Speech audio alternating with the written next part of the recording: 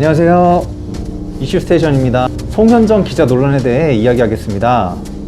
네이버에 들어갔더니 실검 1위에 송현정 기자가 있었고 엄청난 수의 뉴스 기사도 있었습니다. 얼마나 부정적으로 진행했으면 실검 1위에까지 오르나 궁금했고요. 거의 예전 이정희 후보자 수준으로 한 것인가 그 정도로. 그래서 90분짜리 풀 영상을 보면서 기사 내용과 비교를 해봤습니다. 송현정 기자 태도에 대한 비판 내용은 크게 4가지인데요. 독재자 표현, 중간에 말을 끊었다, 그리고 표정, 질문의 내용, 이렇게입니다.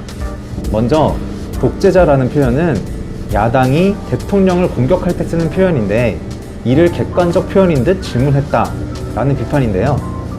야당 입장에서 보면 청와대가 주도해서 야당의 의견을 전혀 반영하지 않고 전국을 끌어가고 있다는 판단을 하고 있는 것이고, 야당에서 독재자라고 얘기하는 것 아니겠습니까?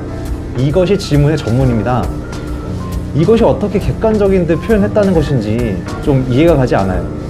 진행자가 국민들이 독재자라고 하는 것 아니겠습니까? 라든지 독재자라고들 하는데요 라고 말한 게 아닌 야당이라는 단서를 붙였습니다. 그리고 공격할 때 쓰는 표현은 대통령에게 하면 안 되는 걸까요? 국정에 대해 비판할 게 있으면 공격할 때 쓰는 표현도 쓸 수 있어야 하는 것 아닌가요? 맹목적인 비난이 아닌 이유 있는 비판에는 강하게 표현할 수도 있어야 한다고 생각합니다. 오히려 대통령 앞이라고 이런 표현을 못하게 한다면 그것이 독재적인 것 같아요. 두 번째로 중간에 말을 끊었다. 문재인 대통령의 답변 중간에 질문을 추가하거나 본인의 의견을 말하기 위해 끼어드는 경우가 있었던 것은 사실입니다. 하지만 문재인 대통령은 말을 끊지 않고 끝까지 답변을 했습니다. 이 상황에서 진행자는 그냥 답변을 듣고 있었어요. 결국 끼어드는 시도가 여러 번 있었던 것은 사실이지만 문재인 대통령의 말이 한 번도 끊기지는 않았습니다. 실제로 국회의원 패널이 나오는 시사 토론 프로그램에서 진행자가 추가 질문을 위해 말을 끊는 것은 종종 있는 일이죠. 물론 토론 프로그램과 인터뷰는 다른 형식이긴 하지만 진행자가 했던 수준은 크게 불쾌할 수준은 아니었던 걸로 생각됩니다. 세 번째로 표정이 안 좋았고 보기에 불쾌했다. 블로그 등 SNS에서 많이 보였던 비판인데요. 답변을 듣는 도중 심각한 표정으로 있었던 것은 사실입니다.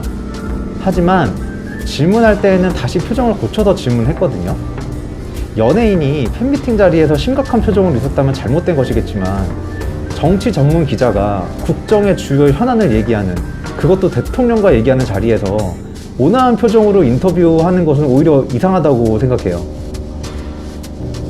네 번째로 질문의 내용에서도 비판을 받고 있는데 기자 개인의 의견이 아닌 이미 실제로 우리가 겪고 있는 정치 경제의 현안들이잖아요. 객관적으로 기사화되고 나오고 있는 내용들이란 말이에요. 이것이 무엇이 문제인지 모르겠어요. 대통령에게는 듣기 좋은 질문만을 해야 하는 것은 아니잖아요. 오히려 날카로운 질문에 대한 답변을 통해서 국민들이 더 디테일한 정보를 얻고 대통령 역시 다수 또는 소수의 의견을 알게 되는 계기가 된다고 생각해요. 현 정권이 표방하는 바가 국민의 눈높이, 국민을 섬기는, 소통하는 대통령이잖아요. 문재인 대통령이 논란에 대해 더 공격적인 공방이 오가도 좋았겠다 라고 말했다고 하더라고요. 전 이 말에 매우 동의합니다. 오늘 대통령께서는 국민들께 다가가는 시간이었고 국민들께서는 대통령이 어떤 생각을 하고 있는지를 좀 더 소상히 이해할 수 있는 시간이었길 바라봅니다. 이것이 송현정 기자의 마지막 클로징 멘트였거든요. 제 생각에는 전혀 공격적이지 않은 지극히 정상적인 인터뷰였다고 봐요. 시각에 따라 조금 잘못된 진행이라 판단하실 수도 있겠지만 이 정도로 논란이 될 내용은 아니라고 생각합니다. 그리고 송현정 기자의 사촌이 그룹 인피니트의 성규라는 사실이 밝혀졌고요. 그래서 성규의 SNS에 악플이 엄청 달리고 있다고 해요. 대담을 보시면 인사 검증에 대한 질문에 문재인 대통령은 청문회에서 후보자 가족들까지 도마 위에 오르는 것이 싫기 때문에 고사하는 실정이다 라고 토로했거든요. 송현정 기자의 가족인 성규 역시 이를 피해가지 못했다는 게 참 안타깝습니다. 지지자들이 대통령이 바라는 것과 완전히 다른 방향으로 움직이고 있는 것 같습니다.